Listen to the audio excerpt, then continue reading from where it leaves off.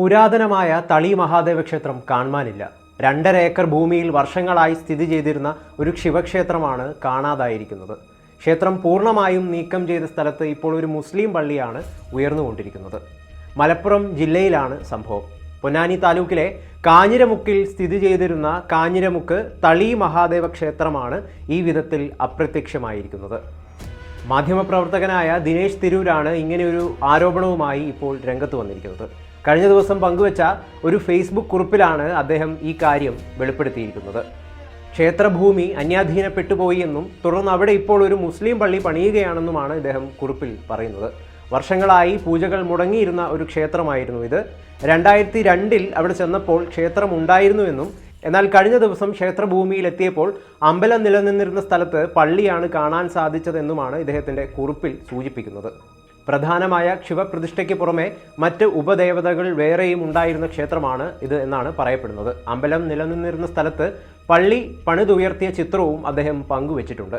ഗുരുവായൂർ ദേവസ്വവും മല്ലീശ്വരി മനയുമാണ് രേഖാമൂലം ഈ ക്ഷേത്രത്തിൻ്റെ ഊരാളന്മാർ.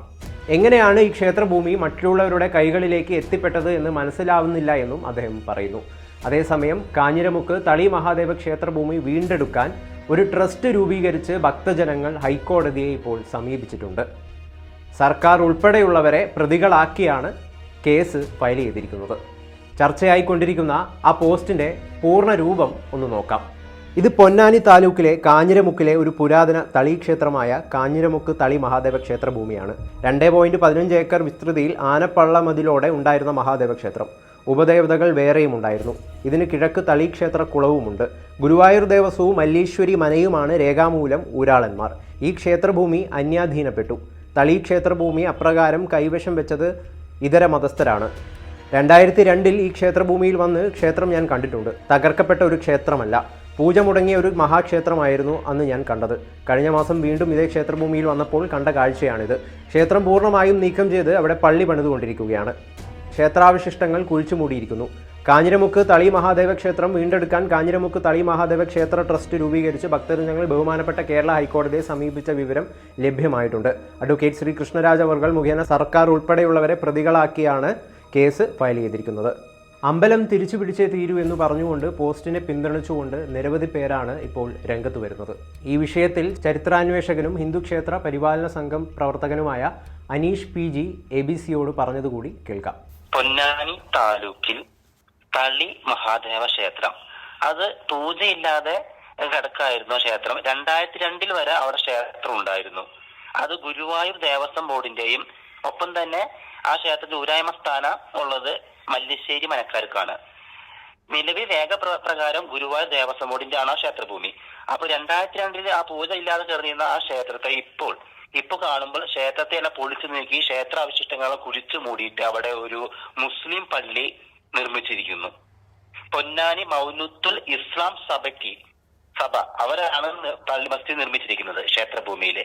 അപ്പോ ഇത് ഗുരുവായൂർ ദേവസ്വത്തിന്റെ രേഖപ്രകാരം ഗുരുവായൂർ ദേവസ്വത്തിന്റെ ക്ഷേത്രഭൂമി ആയിരുന്ന പൂജയിലാതെ ചേർന്ന ആ ക്ഷേത്രത്തെ പൊളിച്ചു നീക്കി അവിടെ എങ്ങനെയാണ് ഒരു മുസ്ലിം പള്ളി വന്നത്, ഇതിനാരാണ് ഉത്തരവാദി എന്ന് അറിയണം. ഗുരുവായൂർ ദേവസ്വം ബോർഡിനാണ് ഇതിന്റെ പൂർണ്ണ ഉത്തരവാദിത്വം വന്നിട്ടുള്ളത്. ഈ സ്ഥലം ഇപ്പം ഗുരുവായൂർ ക്ഷേത്രത്തിലെ ആളുകളുടെ കയ്യിൽ തന്നെയായിരുന്നു അല്ലേ? ഇപ്പോഴും നമ്മുടെ രേഖപ്രകാരം, സർക്കാർ രേഖപ്രകാരം ആ ഭൂമി ഗുരുവായൂർ ദേവസ്വത്തിന്റെ ഭൂമിയായിട്ട് കാണിക്കുന്നത്. പിന്നെ ഒപ്പം തന്നെ ഊരാമനായിട്ട് കാണിക്കുന്നത് മല്ലശ്ശേരി മന. ഈ കുറെ കാലം ഇത് പൂജ ഉണ്ടായിരുന്നില്ല എന്നല്ലേ പറയുന്നത്? പൂജ അത് എന്തുകൊണ്ട് പൂജ ഇല്ലായിരുന്നു നമുക്കറിയില്ല. അവിടെ ക്ഷേത്രം ഉണ്ടായിരുന്നു, ശിവലിംഗം. അതൊരു തളി അത് നമുക്കറിയാലോ. ഗുരുവായൂർ ക്ഷേത്രം എന്ന് പറയുന്നത് സാമൂതിരിപ്പാടിന്റെ കീഴിലായിരുന്നു, സാമൂതിരി രാജയുടെ കോഴിക്കോട്. ഇതും അപ്പൊ തളി ക്ഷേത്രങ്ങൾ ഒട്ടുമിക്ക കോഴിക്കോട് തളി ക്ഷേത്രം അതുപോലെ തന്നെ ഈ തളി മഹാദേവ ക്ഷേത്രവും സാമൂതിരി രാജാന്റെ കീഴിലായിരുന്നിരിക്കണം. പിന്നീട് എപ്പോഴും അവിടെ ചിലപ്പോൾ സാമൂതിരിമാരെല്ലാം ഇതിന്റെ അവരുടേതായ ചില ക്ഷേത്രങ്ങൾ മാത്രമേ ദേവസ്വം ബോർഡ് ഏറ്റെടുത്തിട്ടുള്ളൂ. പക്ഷെ ഈ ക്ഷേത്രം എന്തുകൊണ്ടാണെന്ന് അറിയില്ല, ആ ക്ഷേത്രം കുറച്ചു നാൾ പൂജയില്ലാതെ കിടന്നു. പക്ഷെ ക്ഷേത്രങ്ങൾ തകർന്നിട്ടുണ്ടായിരുന്നില്ല.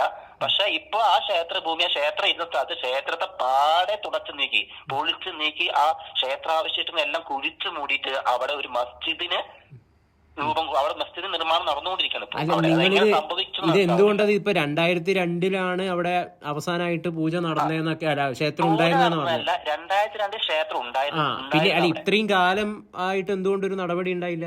ഇത്രയും നാളെ ഇപ്പൊ നമ്മുടെ നാട്ടിൽ ഇപ്പൊ മലപ്പുറം ജില്ലയിലും പാലക്കാട് കുറെ ക്ഷേത്രം ഇപ്പോൾ തകർന്ന് കാട് പിടിച്ച് കിടക്കുന്നുണ്ട്. ഈ ഇപ്പൊ ടിപ്പുവിന്റെ പടയോട്ട കാലത്ത് തകർന്നതും അതുപോലെ 21 കലാപത്തിൽ തകർന്നായിട്ടുള്ള അതുപോലെ ഇതും അങ്ങനെ ചുമ്മാ ഇതും ഇങ്ങനെ ആരും നോക്കാനില്ലാതെ ആരും അന്വേഷിക്കാനില്ലാതെ ആരും അത്ര തിരിഞ്ഞു നോക്കാതെ കിടന്നു. ആ ക്ഷേത്രം അങ്ങനെ ആരും നോക്കാതെ. അതിന്റെ ഉത്തരവാദിത്വം ഗുരുവായൂർ ദേവസ്വം ബോർഡിനാണ്. അവർ എന്തുകൊണ്ട് ആ ക്ഷേത്രത്തെ അവഗണിച്ചു, എന്തുകൊണ്ട് ഉപേക്ഷിച്ചു നമുക്ക് അറിയില്ല. നിലവിൽ ഇപ്പൊ നിങ്ങൾ പരാതിപ്പെട്ടിട്ടുണ്ട് അല്ലെ? ഇതിനെതിരെയായിട്ട് ഈ അന്യായത്തിനെതിരായിട്ട് ഹൈന്ദവ സംഘടനകളെല്ലാം ഹൈക്കോടതി കേസ് ഫയൽ ചെയ്തിട്ടുണ്ട്. കൂടുതൽ വാർത്തകളും വിശേഷങ്ങളും നിങ്ങളിലേക്ക് എത്താൻ ABC മലയാളം സബ്സ്ക്രൈബ് ചെയ്യുക, ബെൽ ബട്ടണും അമർത്തുക.